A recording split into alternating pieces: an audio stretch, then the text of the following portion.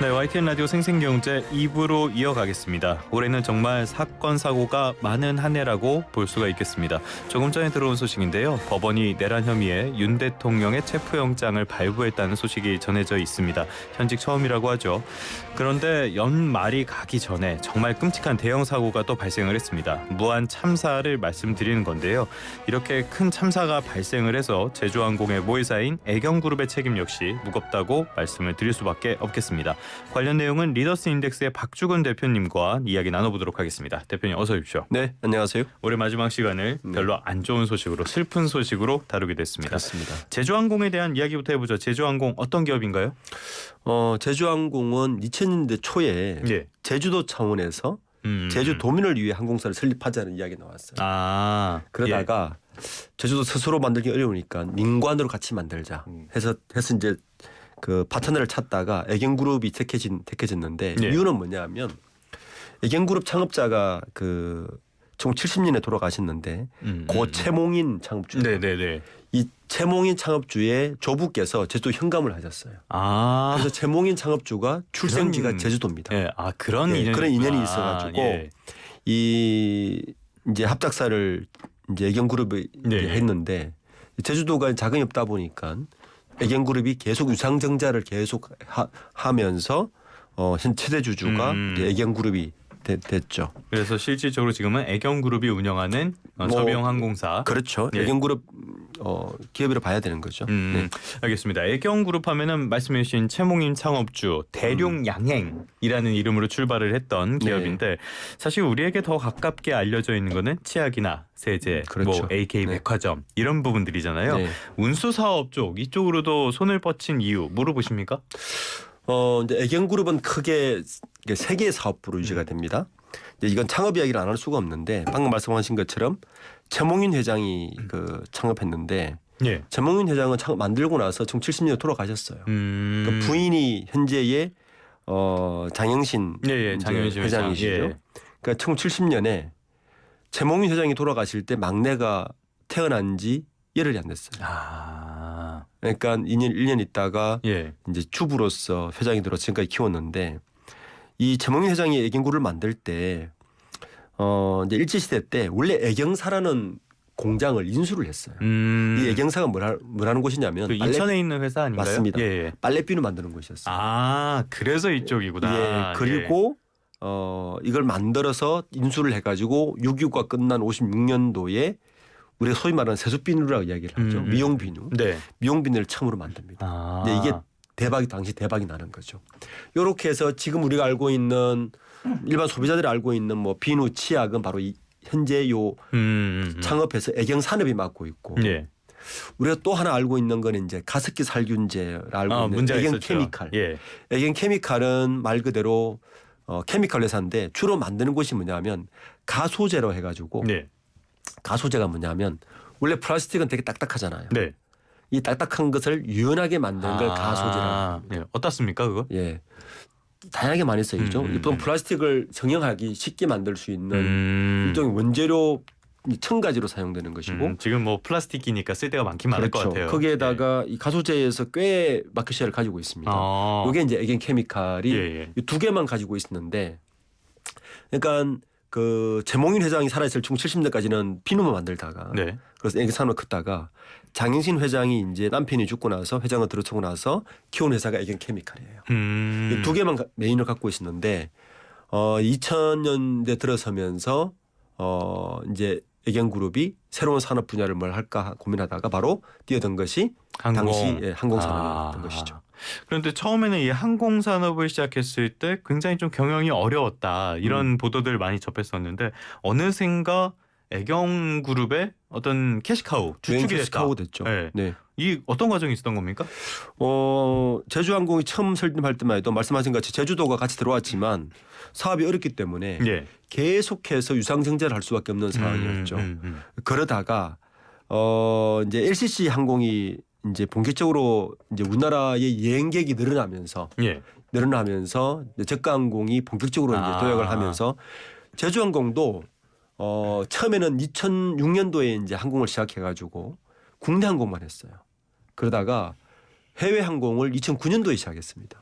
예. 2009년 시작해서 동남아 쪽만 하는 걸 시작했는데 이게 이제 연경이 늘어나면서 급성장을 하게 된 거죠. 지금은 이 제주항공 때문에 애경그룹이 대기업 집단에 들어가 있어요. 네. 지금 애경그룹은 대기업 집단 순위 62위거든요. 제주항공이 큰 역할을 했다. 그래서 여기에. 전체 매출 구조를 보면 예. 애경케미칼이 한 1조 한 8천억 정도 하고 네. 제주항공도 1조 한 7천억 정도 하는데 올해는 2조를 넘길 거라는 이야기가 있었습니다. 그리고 우리가 방금 이야기했던 애경산업은 실제적으로는 한 7천억이 안 돼요. 그러니까 다 합쳐서 한 4조 매출의 정도 하고 자산 규모가 5조가 넘어서면서 이제 재계 순위 62위가 돼 있는데 지금으로서는 이 제주항공의 캐시카우 역할을 놓치면 케미칼이 되게 안 좋지 않습니까? 네. 애경그룹 전체가 흔들릴 수 있는 그런 구조를 가지고 있습니다. 케미칼은 워낙 어려운 상황에서 제주항공이 역할을 해줘야 되는데 지금 이런 사고가 발생했기 때문에 뭐 실적 부진은 어떻게 뭐 피할 수가 없는 그런 상황인 것 같고 애경에서 발표했던 밸류업 계획 여기에도 차질이 생길 수밖에 없을 것 같은데 어떤 계획을 발표했던 겁니까? 뭐 밸류업은 누구나 이제 계속 이야기를 하는 건데 애경그룹이 그 지난달에 이야기했던 게 뭐 수익성 강화 그리고 현재 PBR이 0.5밖에 안 돼요. 이걸 굉장히 저평가돼 있네요. 2027년까지 0.6 이상 올리겠다. 그리고 뭐 여러 가지 이야기를 해놨는데 거기다가 이제 이 밸류업의 중심이 뭐였냐면은 여기 발표했던 게 제주항공이었어요. 노선 확장을 통해서 시장 점유율을 더 확대하고 이번에 사고 났던 신형항공기 B7378 를 추가해서 도입하겠다. 이게 이제 들어가 있는데 지금은 뉴스로 이제 접하셨겠지만 벌써 이 사건 이후에 항공 취소 사태가 6만 8천 건에 이르지 않습니까? 이 항공기 산업은 이렇게 이해하시면 돼요. 특히 저가 항공사들은 마찬가지인데 다 동일 기종을 이용합니다. 이유는 코스트를 줄이기 위해서죠. 같은 거니까 정비하기도 편하고 관리하기가 편해지죠. 그리고 또 하나는 항공사들은 대부분 비행기를 리스를 합니다. 그렇죠. 비행기에서 그 항공 산업이 코스트로 들어가는 거는 리스비하고 그리고 사람들 잘 모르는데 계류비가 있어요. 그러니까 비행기는 공중에 떠 있을 때가 항상 돈을 버는 겁니다. 착륙해 앉아 있는 순간부터 돈을 까먹기 시작하는 거예요. 그래서 이번에도 이제 문제됐던 게 굉장히 하드하게 돌리는 거죠. 계류 시간을 최소화시키도록 돌립니다. 그래서 착륙하자마자 또 띄우고 착륙하자마자 우리가 또 띄우고. 여행 가보면 알겠지만 보통 새벽에나 동남 새벽에 도착하면 밤에 11시 도착하면 그다음에 새벽 1시 출발하잖아요. 그 2시간도 안 되는 체류 시간에 빨리 정비하고 기름 채워서 가는 구조로 가 있어서 만약에 지금 제주항공이 이번 사태로 계속 취소 사태가 오래 간다면 제가 방금 이야기했듯이 비행기는 앉아 있는 순간 계속 비용이 나가고 매출이 안 생기기 때문에 굉장히 어려질 수 있습니다. 그러니까 공항에 세워놓기만 해도 돈이 계속 나가는 구조다. 그렇죠. 그게 최악인 거죠. 근데 그렇기 때문에 계속적으로 빨리 비행기를 돌렸다는 거잖아요. 그렇죠. 그게 또 사고의 원인이 아니냐 이런 평가들이 나온단 말이에요. 만약에 이런 안전사고가 예견된 일이었다라는 평가까지 받게 된다면 타격이 더 클 수밖에 없는 거 아닙니까? 그렇죠. 뭐 항공사는 뭐니 해도 사실 안전이 최우선이죠. 그럼요. 그래서 이제 저가 항공이 최소 비용으로 운영하기 위해서 같은 규정만 비행기를 쓰고 그리고 수리 비용이라든지 뭐 어떤 운영 비용을 최소화시키기 위해서 활동하다 보니까 좀 무리수를 뒀던 것 같고 이번 사태도 보면 만약에 지금 이게 사고 조사 기간이 한 6개월 걸린다니까 지금 결과 나와 봐야 알겠지만 만에 하나 제주항공 측에서 어떤 운영상의 안전상의 문제를 무시했다. 이런 결과가 나온다면 아마 향후 제주항공에 대한 경영적 타격은 굉장히 우려스러울 정도일 겁니다. 어떤 부분이 있을까요? 예를 들어서 지금 제주항공의 여객기 평균 가동 시간이 다른 데에 비해서 굉장히 길었다. 이런 평가도 나오는 것 같고 그래서 종합안전도 조사에서 최하위 점수를 받기도 했다. 그랬다면은 뭐 이번 사고뿐만 아니라 기존에도 크고 작은 사고들이 있었을 거 아닙니까? 작은 사고들이 뭐 늘 있어 왔죠. 그러니까 인명 사고는 없었지만 자잘한 사고들이 있었다. 뭐 이런 얘기가 있습니다. 그 항상 큰 사고가 있기 전까지는 전조 사항들이 뭐 수십 건이 발생한다고 이야기를 하죠. 그게 이제 큰 사고로 이어지는 건데 만약에 제주항공 측에서 이러한 사소한 사고라도 무시하고 계속 운영을 했다면 그것이 여러 가지 정황 증거 혹은 실제 증거로 밝혀진다면 예. 향후 제주항공을 이용하는 이용객들은 굉장히 줄 수밖에 없겠죠. 다시 말씀드리지만 항공사는 일반 기업과 달리 제조업과 달리 예. 이 이용 시간, 이용 숫자가 줄어드는 게 1분기 이상 지나가 버리면 굉장히 위험해집니다. 네, 캐시플로우가. 예. 지금도 문제가 되는 게 뭐냐면 제주항공의 대주주가 AK홀딩스예요. 예. AK홀딩 지주회사가 50.4% 정도를 갖고 있는데 지금도 사업보고서에 보면 담보대출이 꽤 많아요. 부채 비율도 굉장히 높더라고요. 높아요. 그건 다 리스로 돌리기 때문에 그렇죠. 그런데 지금 주가가 떨어지지 않습니까? 예. 주가가 떨어지면 AK홀딩스가 가지고 있는 제주항공 50.4%를 담보로 대출을 했기 때문에 이제 강제 수용이 들어가죠. 그럼 지분이 낮아질 수 있죠. 악순환이 될 수 있기 때문에 이런 것도 지금 예의주시하고 있습니다. 알겠습니다. 굉장히 좀 어려운 상황이 될 수밖에 없는 어떻게 보면 자업자득이기도 하고요. 지금 전반적인 사고의 원인으로 봤을 때는 무안공항 쪽의 문제점, 설계나 운영의 문제점도 있을 수 있는 것 같고 제주항공의 문제점도 분명히 존재할 것 같으니까 이건 사고 원인 조사가 나오기까지 좀 기다려봐야 될 것 같습니다. 애경그룹 전체로 봤을 때는요. 이번 참사 이전에도 말씀해 주셨던 가습기 살균지 사태가 있었어요. 네. 당시에도 비판이 많았잖아요. 어땠습니까? 그렇죠. 가습기 살균제는 이번에 2심이 나왔죠. 나온 지 1심은 사실은 무죄 선고가 돼서 굉장히 충격을 줬는데 다행히 진짜 충격이었어요. 2심에서 지금 유죄가 인정이 돼서 그나마 지금 아직도 이제 대법원까지 가 있는 상황인데 당시 98명에게 질환을 줬고 12명이 사망했습니다. 지금 고발 대상에 장영신 애경그룹 회장이 포함되어 있어요. 예. 그리고 이제 애경산업 요게 해당되는 기업이 바로 애경산업입니다. 유해성 논란이 일어난 이제 뭐 CMIC라고 하는 클로로메틸졸린이라는 요 제품에서 가죽 살균제인 가습기 메이트라는 제품 때문에 이제 발생한 건데 이 제품을 사용한 피해자 가운데 사망자가 39명에 이르렀습니다. 그러니까 옥시에서 두 번째로 많았죠. 그래서 공정거래위원회가 2016년 8월에 어쨌든 판단 불가로 심의 절차를 종료를 하긴 했지만 이제 현재도 2심 유죄가 되고 대법원까지 가 있어서 아직까지 애경그룹은 이 가습기 살균제에서 자유롭지는 못하다. 네, 이렇게 볼 수 있을 것 같습니다. 리스크에 또 하나의 리스크가 겹쳤다. 자, 이 부분 뭐 대표님 모셨으니까 오너 이야기를 안 할 수가 없죠. 결국에는 2세 경영인을 둘러싼 잡음도 재조명이 될 수밖에 없는 상황인 것 같습니다. 2세 경영인들 뭐 오너 리스크들 어떤 게 있습니까? 애경그룹은 장영신 회장 그 설하에 5남매가 있습니다. 그러니까 장남이 재영석 현재 총괄 부회장인데 2008년도에 공금횡령이 있었죠.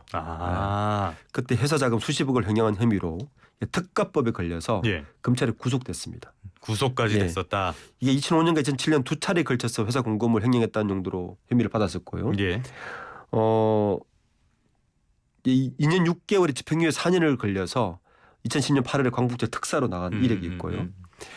그리고 그 이제 삼남이죠. 최동석 중부시 씨가 애경개발 거예요. 중부시 씨가 여기 대표로 있었던. 그리고 최동석 그때 당시 사장은 부인으로 또 유명했죠. 한성주 앵커와 결혼했다가 일찍 이혼하긴 했지만 이번은 이제 프로포폴 최악 협의를 받고 있습니다. 그래서 이 애경가도 이런 뭐 여러 가지 불미스러운 일이 많았던 가문 중에 한 곳입니다. 프로포폴은 뭐 그렇다 치겠는데 공금 횡령 이거는 좀 심각한 문제라고도 볼 수 있겠습니다. 자, 이렇게 오너 리스크 쪽이 계속 이어진다. 그리고 경영도 안 좋아진다라고 봤을 때 그렇다면 경영권 승계 작업 이쪽에도 문제가 생길 가능성이 있는 거 아닙니까? 애경그룹이 재밌는 게요. 이게 장영신 회장이 굉장히 고령이시거든요. 고령이신데 지금 총괄 부회장인 재영석 부회장도 60년생입니다. 그러니까 65세가 된 거죠. 그런데도 아직까지 총괄 부회장이세요. 그러니까 회장 자리를 아직 물려주지 않습니다. 그러니까 장영신 회장이 영구 왕실 같네요. 72년부터 사장을 부임하고 나서 지금 거의 뭐 3년간을 회장을 계속하고 계시는 거예요. 찾아보니까 36년생이시네요. 그러니까 아직까지 아들에게 총괄 부회장 자리만 주고 회장 자리를 주지 않는 게 1차 의아한 거고. 그리고 여기는 지분이 장남인 재영석 회장이 14% 정도, AK홀딩스 14% 정도 갖고 있는데 여전히 장 회장이 7%를 가지고 있습니다. 그러니까 완벽한 경영권 설계가 안 된 그룹이에요. 네. 그리고 그래서 원래 제주항공은 딸이 한 분 있어요. 최은정 씨라고.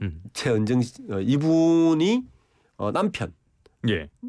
안 부회장이 사실은 계속 사장을 맡다가 이 가습기 살균제 때문에 2019년대 갑자기 임기를 놔두고 예. 사장에서 사퇴를 하세요. 물러나게 됐고. 네. 예. 그리고 아직까지 그 협의를 가지고 있고 사실은 제주항공은 딸 쪽에 주지 않느냐라고 그때 이제 많은 재계에서 이야기가 있었는데 이제 그 사회가 물러나면서 아직 이 세계 그게 세 개죠. 네.